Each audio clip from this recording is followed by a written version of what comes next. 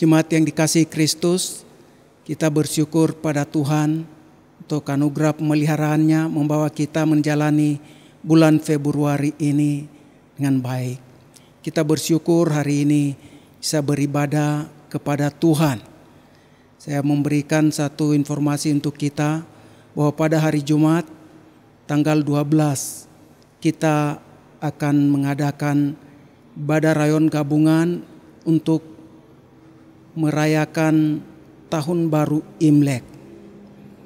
Kiranya jemaat dapat mempersiapkan diri karena ibadah ini merupakan ungkapan syukur kita pada Tuhan yang setianya memelihara kita dalam keadaan perubahan musim yang terjadi.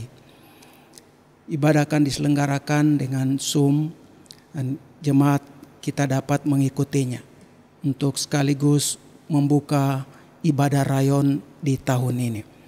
Demikian info, mari kita masuk di dalam ibadah hari ini.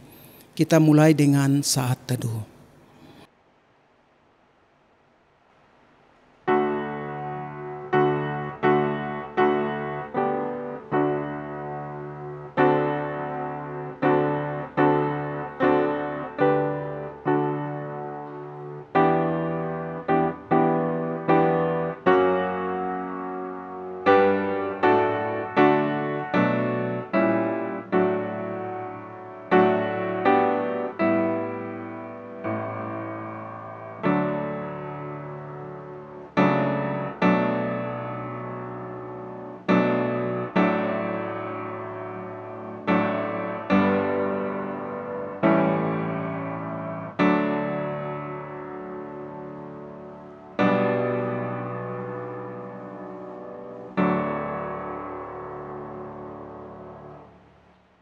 Jemaat Tuhan, mari kita berdiri, kita akan membuka kebaktian kita hari ini.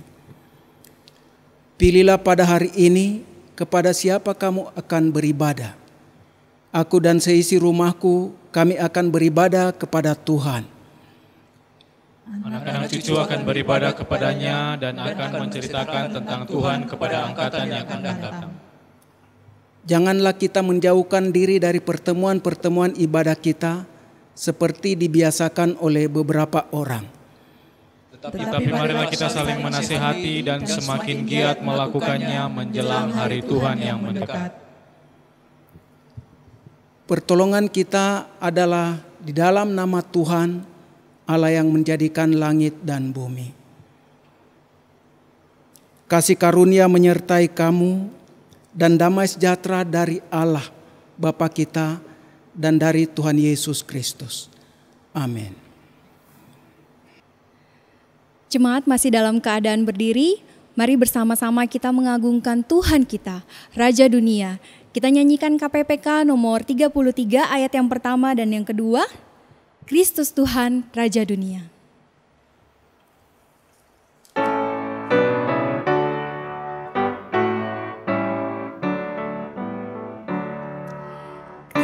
Kristus Tuhan Raja Dunia, Ia bertetap di atasnya dari segala jurusan, umat semua muliakannya.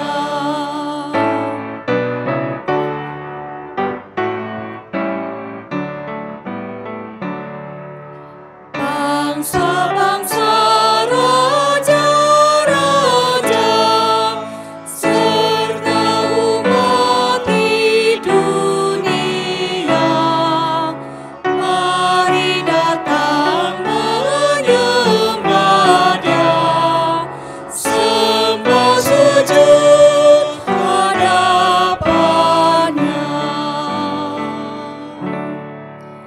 Mari kita berdoa. Bapa yang baik, kami bersyukur Tuhan untuk kasih anugerah-Mu di dalam kehidupan kami. Kami bersyukur untuk kasih setia Tuhan, untuk keselamatan yang Tuhan berikan kepada kami. Begitu nyata kasih-Mu Tuhan, di hari ini kami boleh bersama-sama berkumpul, datang beribadah bersama-Mu ya Tuhan. Kami berdoa, Mohon ampun untuk setiap dosa dan kesalahan yang kami perbuat melawan kehendak-Mu Tuhan. Kami begitu menyakiti hati Tuhan, mendukakan hati-Mu Tuhan. Ampuni kami bersyukur Tuhan sudah melayakkan kami untuk datang saat ini bersekutu dengan Engkau. Kiranya Tuhan boleh memberkati, memimpin ibadah kami dari awal hingga akhirnya, sehingga ibadah kami boleh berjalan dengan baik. Berkati setiap kami yang terlibat dalam ibadah ini, juga jemaat yang bersama-sama beribadah dari rumah. Kiranya selesai ibadah ini kami boleh membawa berkat Tuhan, dan firman yang kami dengar boleh kami lakukan di dalam kehidupan kami sehingga kami bisa berbuah. Terima kasih Bapa, ini doa dan ucapan syukur kami. Di dalam nama Tuhan, Yesus Kristus Tuhan dan Juru Selamat kami yang hidup. Kami berdoa. Amin. Jemaat, saya persilakan duduk. Kita masih memuji Tuhan, kita sama-sama nyanyikan pujian dari KPPK nomor 361, ayat yang pertama dan yang kedua, Hai bangkit bagi Yesus.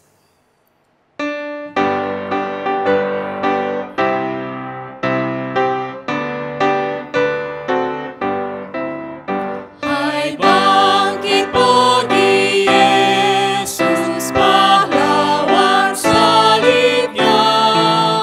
Kibarkan panji raja, tegak mengangkatnya. Bala tentara Tuhan pastikan menanglah, mengalahkan semua musuh dipimpin olehnya.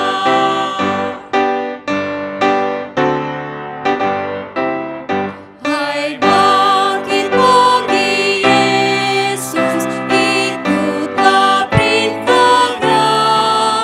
Nafirikan berbunyi, maju tak mundurlah. Meski banyaknya musuh, tak perlu kau takut. Meski ada bahaya, tetap kau kuatlah.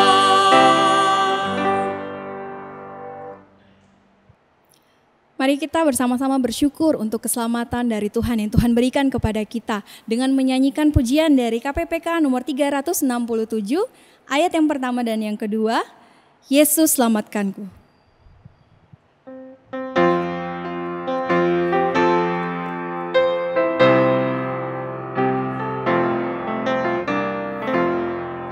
Ku dengar suara gembala, Yesus selamatkanmu.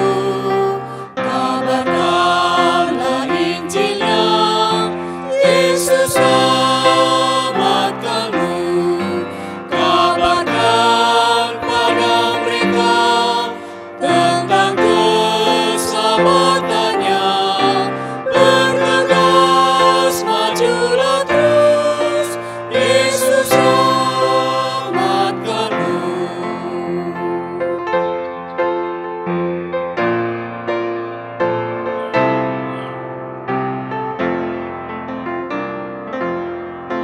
Kabarkan warta suka, Yesus selamatkanmu.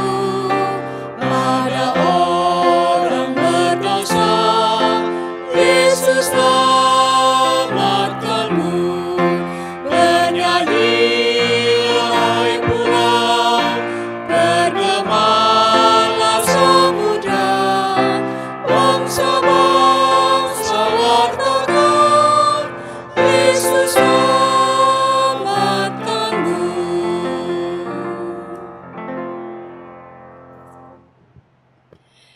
Saya mengundang jemaat untuk bersama-sama kita berdiri.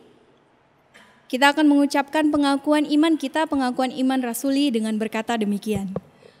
Aku percaya kepada Allah, Bapa yang Maha Kuasa, Khalik langit dan bumi, dan kepada Yesus Kristus, anaknya yang tunggal Tuhan kita, yang dikandung dari Roh Kudus, lahir dari anak darah Maria, yang menderita sengsara di bawah pemerintahan Pontius Pilatus, disalibkan, mati dan dikuburkan, turun ke dalam kerajaan maut.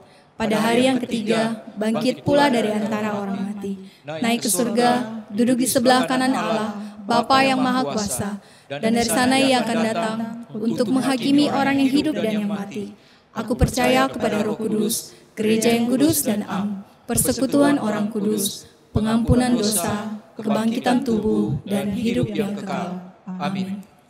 Saya persilakan jemaat untuk duduk. Kita akan mendengarkan firman Tuhan yang pada saat ini akan disampaikan oleh Pendeta Yeremia Suebu.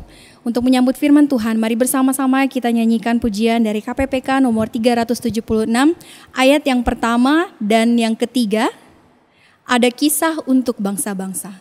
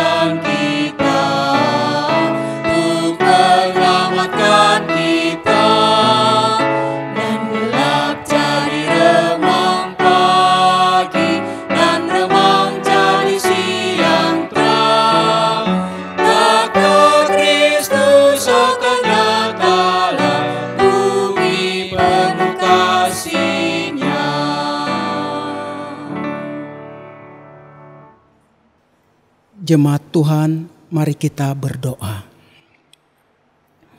Ya Tuhan Allah kami bersyukur Engkau memberkati kami dapat beribadah hari ini.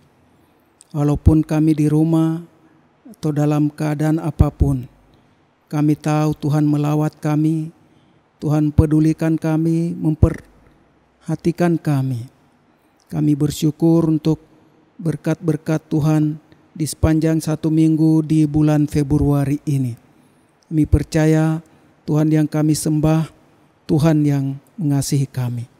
Pada saat ini kami mohon tambahkan kasih kami kepadamu. Tambahkan kesukaan kami kepada firman-Mu. Berilah Roh-Mu menerangi hati kami, agar kami dapat belajar dan mengerti firman-Mu. Kami melakukan kehendak-Mu dengan setia, menjadi orang-orang yang diberkati dan memperkenalkan nama Tuhan di antara bangsa-bangsa. Kami bersyukur untuk bulan misi dan penginjilan bulan Februari. Kiranya kami dan banyak orang di antara kami boleh dipakai oleh Tuhan untuk menyaksikan tentang Tuhan Yesus dan kasih yang besar untuk keselamatan bangsa-bangsa. Kami mohon berkat-Mu demi Kristus Yesus Tuhan kami. Amin. Jemaat yang dikasihi Kristus, saya akan bacakan untuk kita hari ini dari Kisah Para Rasul pasal 8. Kisah Rasul 8 ayat 26 sampai 29. Kisah Rasul 8 ayat 26 sampai 29. Demikian firman Tuhan. Kemudian berkatalah seorang malaikat Tuhan kepada Filipus, katanya, "Bangunlah dan berangkatlah ke sebelah selatan menurut jalan yang turun dari Yerusalem ke Gaza. Jalan itu jalan yang sunyi." Ayat 27, lalu berangkatlah Filipus. Adalah seorang Etiopia, seorang sida-sida, pembesar dan kepala perbendaharaan Sri Kandake, ratu negeri Etiopia, yang pergi ke Yerusalem untuk beribadah. Sekarang orang itu sedang dalam perjalanan pulang dan duduk dalam keretanya sambil membaca kitab Nabi Yesaya. Lalu kata Roh kepada Filipus, "Pergilah ke situ dan dekatilah kereta itu." Demikian pembacaan Alkitab. Berbahagialah kita yang mendengar firman Tuhan dan melakukannya dalam hidup kita sehari-hari. Bapak Ibu Saudara yang dikasihi Kristus, masih hangat di telinga kita dan masih diproses dan sedang dibicarakan kasus Saudara Ambrosius Nababan yang diproses polisi karena salah satu statusnya di sosial media. Dia memasang gambar Saudara Natalius Pigai disanding dengan gambar binatang tertentu. Dan kemudian ia menulis demikian, "Edodoe pace, vaksin ko bukan Sinovac pace, tapi kopu saudara bilang vaksin rabies. Saya setuju pace." Bapak Ibu Saudara yang dikasihi Kristus, bagaimana tanggapan orang-orang Papua? Ada dua. Ada yang membela Saudara Natalius Pigai. Mereka mengadakan demo dan berhadapan dengan polisi. Tapi ada juga yang tidak. Yang tidak pro ini ada yang bilang itu ditujukan kepada Saudara Natalius Pigai secara pribadi, sebagai pribadi, bukan kepada orang Papua. Kalau kita bertanya kepada Tuhan, "Tuhan, Engkau memihak siapa?" Kira-kira apa jawaban Tuhan? Saudara dan saya adalah sama-sama ciptaan Tuhan. Saudara dan saya dari suku dan ras manapun diciptakan oleh Tuhan yang satu. Saudara dan saya berwarna kulit apapun, kita diciptakan menurut gambar dan rupa Allah. Saudara dan saya yang buruk rupa sampai cermin dibelah, ataupun engkau yang ganteng dan dia yang cantik, kita sama-sama orang berdosa di hadapan Allah yang Maha Suci dan Maha Adil. Jadi kita adalah ciptaan yang diciptakan menurut gambar dan rupa Allah, tapi rusak karena dosa.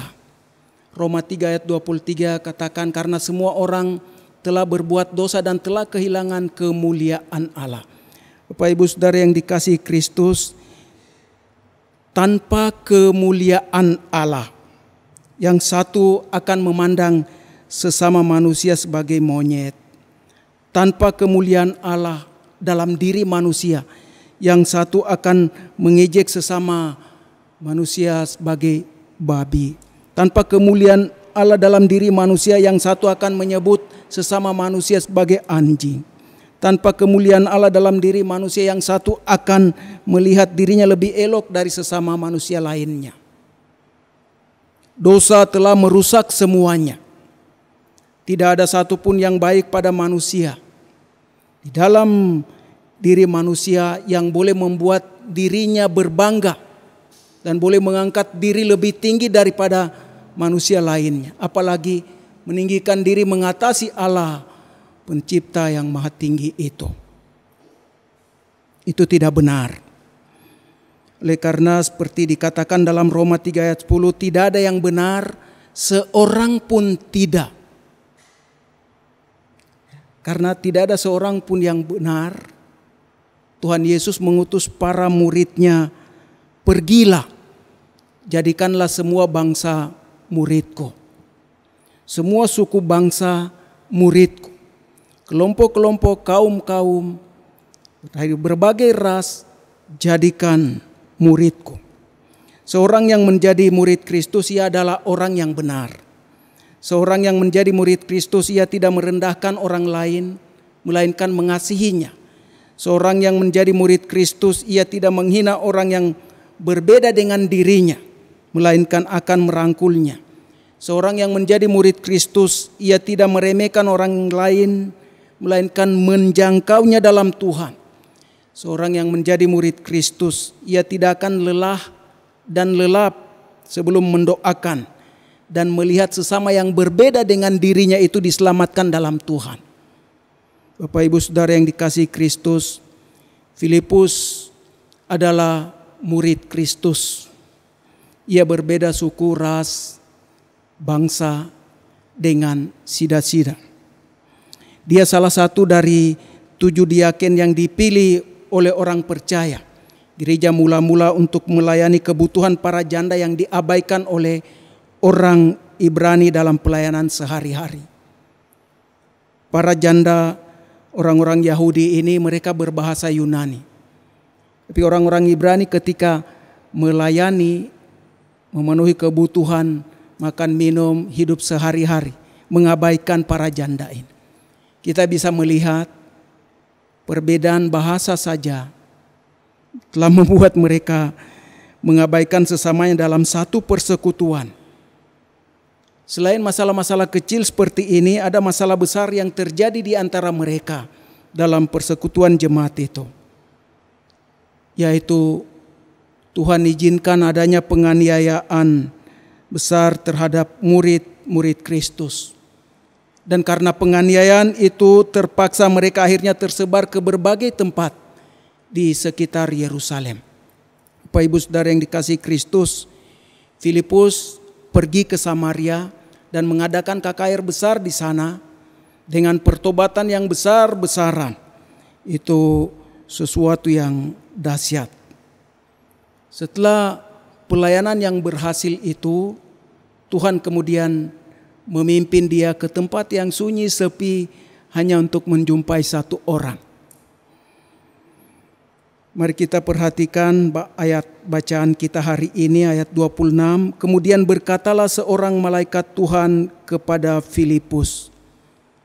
Kata malaikat Tuhan di sini sinonim dengan roh dalam ayat 29. Dan itu menunjuk kepada pribadi ketiga dari Trinitas, yaitu Roh Kudus.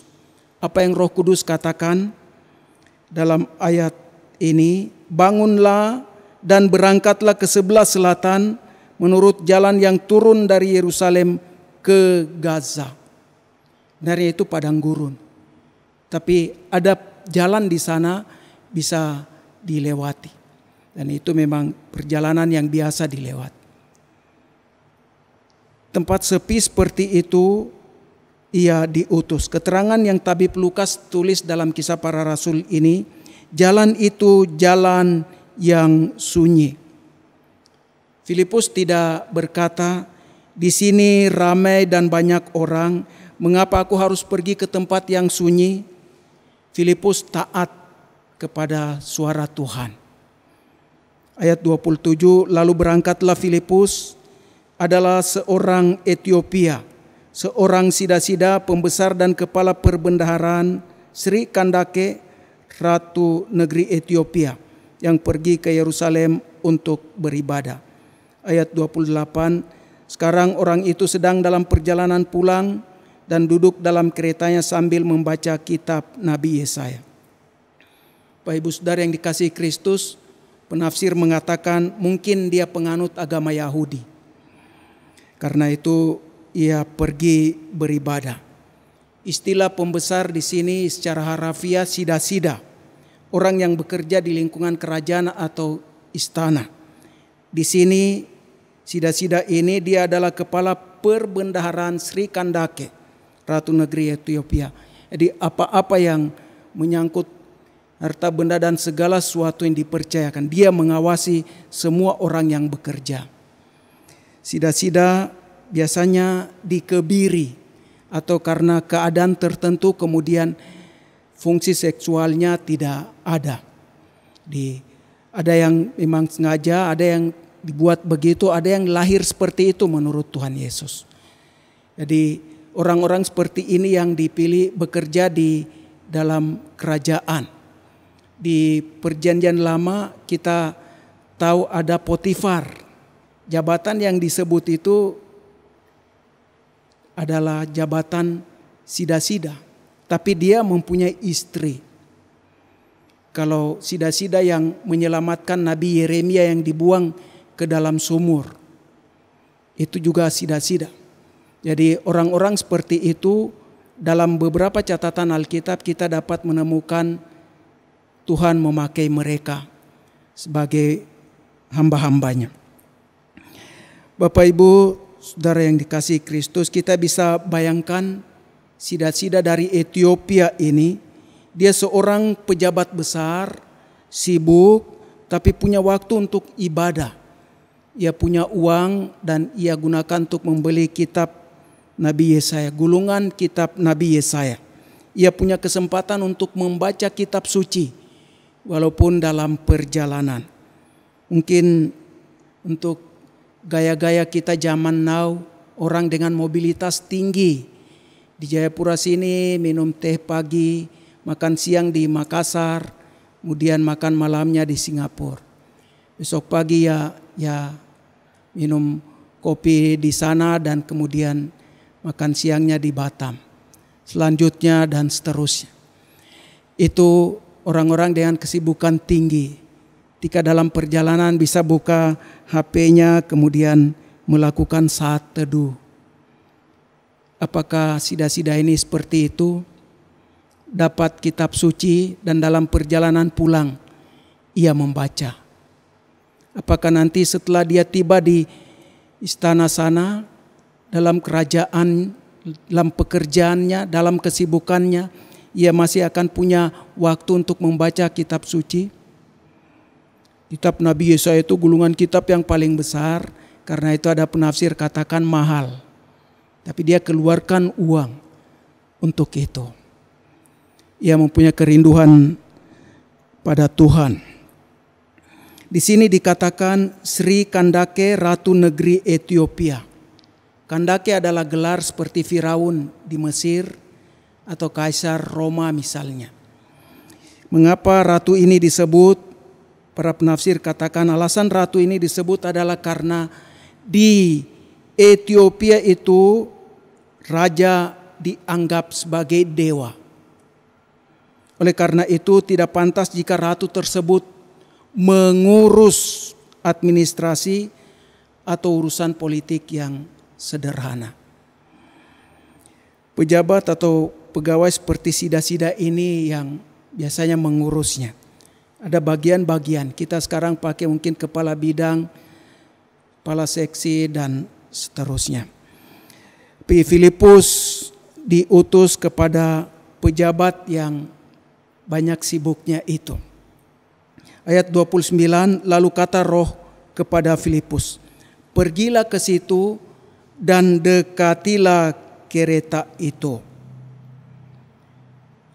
Kita tahu dengan ayat ini kehendak Tuhan jelas sekali. Tuhan mengarahkan dia kepada orang yang berbeda suku bangsanya, pada orang yang berbeda warna kulitnya, pada orang yang berbeda ras memang. Pergilah, dekatilah. Artinya jangan menjauh, jangan abaikan, jangan biarkan, kau harus pedulikan dia. Dia memerlukan Yesus Kristus sebagai Tuhan Juru Selamat. Ini kehendak Tuhan secara pasti. Mengarahkan Filipus ke sana. Pergilah ke situ dan dekatilah kereta itu. Apakah Filipus protes? Tuhan, dia pejabat besar. Dia orang besar, siapa saya? Tuhan, dia berbeda warna kulit dengan saya. Apakah pantas? Tuhan, tunggu dulu. Kalau dia tertarik dan mau bertanya baru saya akan bicara. Filipus tidak protes, tidak bertanya ataupun menunggu. Dia taat kepada Tuhan secara aktif menggenapi kehendaknya bagi dunia ini. Jadi ini Allah secara aktif menggenapi kehendaknya bagi dunia ini. Jadi dia mengarahkan murid-muridnya itu jadi di Yudea, di Samaria, ia sudah capek. Sekarang ini mau sampai ke ujung dunia. Ujung dunia yang dikenal pada masa itu. Ethiopia ini. Jadi Yudea dan Samaria sudah dicapai dengan Injil. Sekarang Injil mau sampai ke ujung dunia. Mari kita meringkas dan perhatikan pelajaran penting untuk kita. Hal pertama, seorang pejabat negara Ethiopia, salah satu wilayah yang terbilang ujung bumi pada masa itu, sedang dalam perjalanan ke Yerusalem dan sekarang sedang pulang. Kalau kita melihat jabatannya, tak dapat disangkal bahwa dia adalah orang penting di negerinya. Meski demikian, dia datang bukan dalam rangka melakukan perjalanan dinas, melainkan karena ingin beribadah di Yerusalem. Ternyata kesuksesannya dalam karier tidak membuat dia abai akan kebutuhan rohaninya. Sebab itu dia mencari Tuhan. Orang-orang seperti ini banyak di sekitar kita. Dia pasti berbahasa Indonesia, salah satu alat komunikasi. Walaupun kita berbeda suku dan bahasa daerah. Dia pejabat atau pegawai di kantor, atau rekan kerja kita, atau di instansi tertentu lain, tapi kita bergaul dengan mereka. Atau dia mungkin orang istana. Dalam hatinya mencari kebenaran, tapi mungkin karena gengsi, ia tidak berinisiatif untuk bertanya. Dan yang seperti itu kita harus peka pada suara Tuhan. Pergilah, dekatilah, berbicaralah. Hal kedua, Tuhan mengambil kesempatan istimewa itu dan mengarahkan Filipus ke Gaza untuk menemui si pejabat Ethiopia. Sekali lagi, Roh Kudus memimpin Filipus untuk menginjili seseorang, dan orang itu bukan berasal dari ras Yahudi. Maka mau tidak mau Filipus harus menghancurkan sekat ras dan mendampingi sang pejabat untuk menjelaskan tentang hamba yang menderita. Itu tertulis dalam kitab Nabi Yesaya. Melalui penjelasan yang Filipus berikan, sida-sida Ethiopia itu memperoleh apa yang dia cari selama ini dengan menekuni agama Yahudi, yaitu tersingkapnya rahasia Injil bahwa Yesus Kristus adalah anak Allah yang menderita sengsara demi menanggung dosa dunia. Maka sebagai respons, sang pejabat Ethiopia itu memberi diri dibaptis. Lukas mencatat bahwa pembesar Ethiopia itu meneruskan perjalanannya dengan sukacita. Suatu ungkapan ekspresi dari orang yang bertobat. Kita tahu ketika ia pergi ke sana, Injil sampai ke Ethiopia. Ketiga, pertobatan pejabat Ethiopia itu menunjukkan bahwa Injil bersifat inklusif, bukan eksklusif Yahudi atau suku tertentu, ras tertentu. Tidak ada halangan baik yang bersifat fisik, ras, atau kondisi geografis yang dapat membuat manusia tidak terjangkau Injil. Karena Allah memang berkehendak agar orang dari berbagai ras datang dan beriman kepada Tuhan Yesus.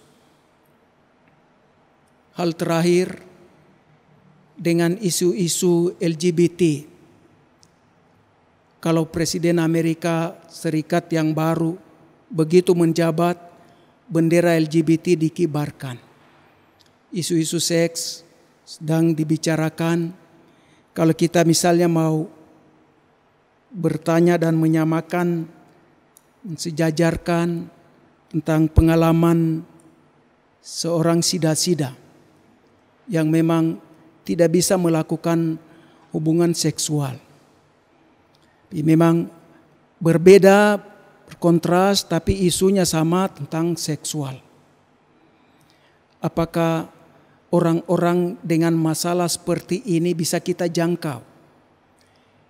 Kalau misal di antara jemaat kita ada seorang laki-laki membawa seorang laki-laki lalu minta pendeta Suebu berkati kami. Apakah Pendeta Suebo akan menikahkan di Kalam Kudus? Ketika dia datang ke gereja tertentu di luar Kalam Kudus, menyerahkan dirinya untuk menikah, pernikahan sejenis. Apakah kita akan menolak? Seperti apa tanggapan dan tanggung jawab gereja dalam memperhatikan isu-isu seperti ini dan menanggapinya?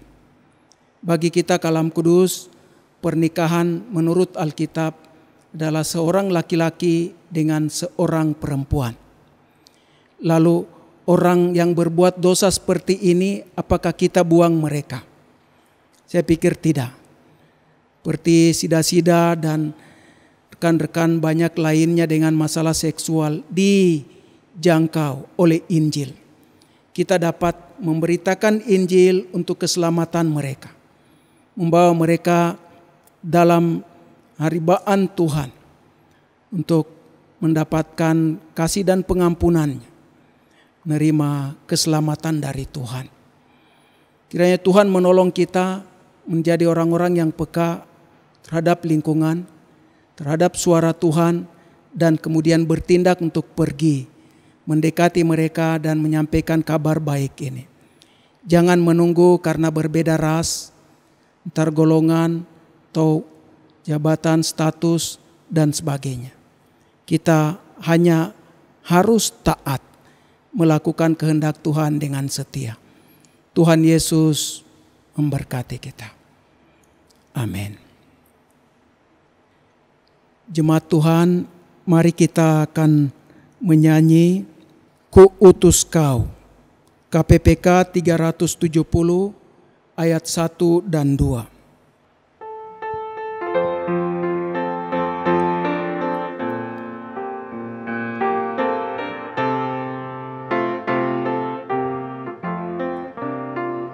Kuutus Kau, bersandarkan rahmat-Ku, mengalahkan kuasa kegelapan. Bersandar-Ku, mengalahkan seteru. Kuutus Kau, berperang bagiku. Kuutus Kau, lepaskan yang dibelenggu. Firman-Ku yang bebaskan mereka. Maut dosa tak lagi mengikatnya. Kuutus Kau, mencari yang sesat. Seperti Bapa utus-Ku, Kuutus Kau. Mari kita berdoa. Tuhan, kami bersyukur untuk firman-Mu sampai kepada kami. Tolong kami tidak membesarkan perbedaan di antara kami sebagai anak bangsa di negeri ini, bahkan dari belahan dunia lainnya yang Kau ciptakan. Kami bersyukur Tuhan mengasihi kami semua orang berdosa, menyelamatkan kami melalui karya Yesus Kristus di kayu salib. Kami yang sudah mengenalnya, Tuhan, Engkau pakai sebagai alat kesaksian untuk pergi mendekati mereka, membuka suara dan berbicara tentang Kristus Yesus, Tuhan dan Juru Selamat mereka. Kami mohon orang-orang secara khusus yang melayani sebagai pejabat. Tuhan, mereka di tengah-tengah kesibukan mempunyai kerinduan secara rohani untuk berhubungan dengan Tuhan, mencari kebenaran, dan mereka belum menemukan. Ada yang masih gengsi dan tidak mau bertanya. Ada juga yang masih berkajang dalam dosa dan menjauhkan diri dari Tuhan. Engkau beri kesempatan kepada hamba-hamba-Mu yang bekerja bersama di kantor yang sama ataupun berbeda, dalam pergaulan hidup mereka. Boleh Tuhan pakai untuk menjadi saksimu, memberitakan tentang Tuhan Yesus dan menyelamatkan mereka.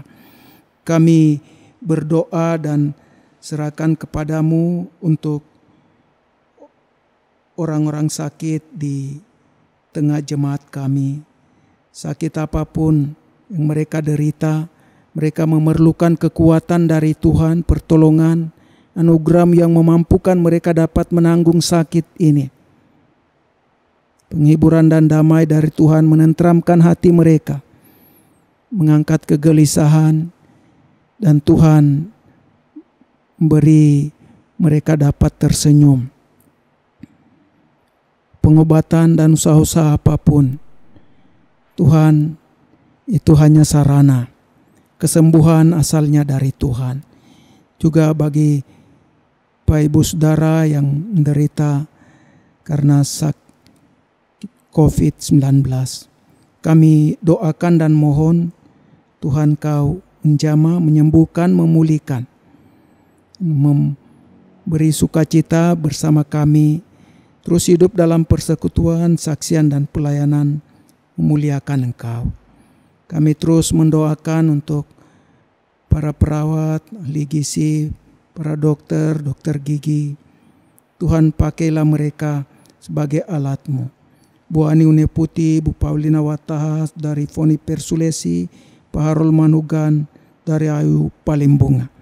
Kami serahkan padamu Tuhan, juga Pak Albin Kobis, Bu Elim Mengayun, Tok Bu Sara Mangge, Bu Melani Chong dari Yoswita Damayanti, Pak David Pranata, Bu Deborah Pranata, Saudara Tedion Kusbin dari Grace Tauran, dari Stevi Tauran, Bu Rani Tan, Manuela Kris Cahyani, Eyang Wismiarso, Pak Geri Dalabaso, Bu Taviani Demi, Pak Nikolas Busopi.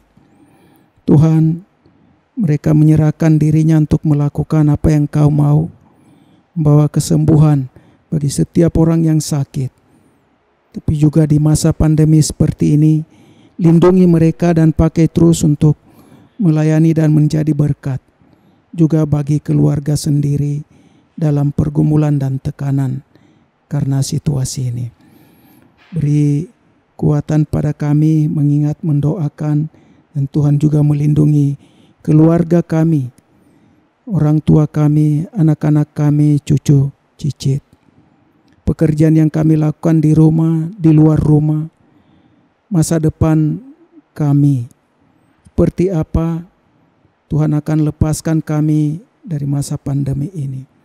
Engkau nolong dan terus bekerja, mengarahkan hati kami tertuju kepada Tuhan, melihat tangan Tuhan yang akan bekerja untuk memberi kelegaan kepada kami. Kami doakan anak-anak yang menempuh pendidikan secara virtual, baik di Jayapura maupun di luar Jayapura. Tuhan tolong bekal mereka cukup untuk menghadapi masa depan yang panjang.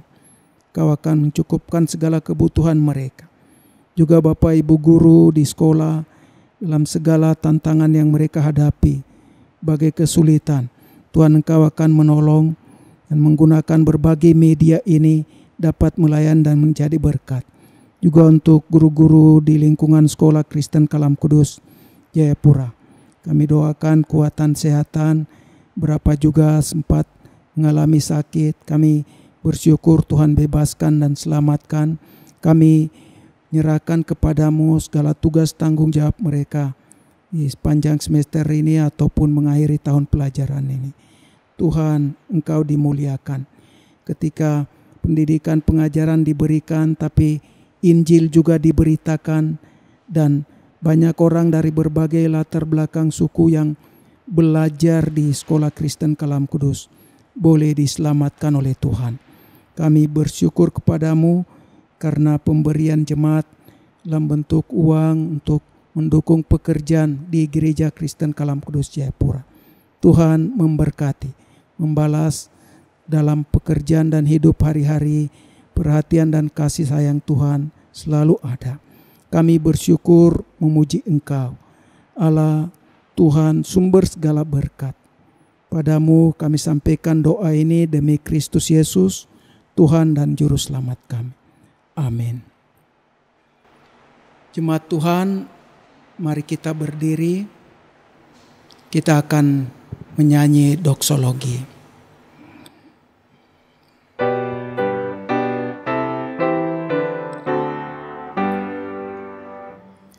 Puji Allah Bapa Putra, puji Allah Roh Kudus, ketiganya yang esa. Pohon selamat sumber berkah.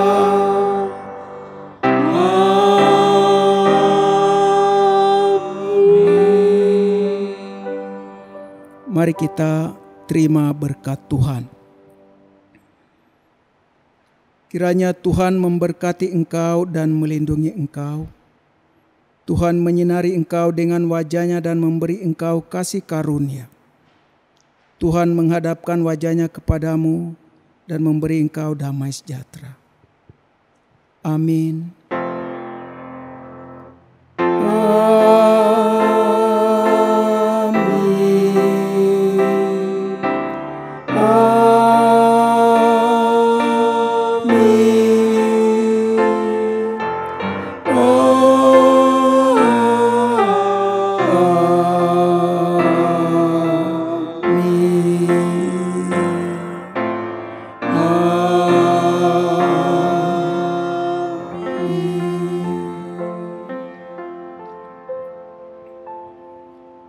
Jemaat Tuhan, ibadah kita sudah selesai, silakan duduk. Kita boleh ambil saat teduh, selamat berhari Minggu.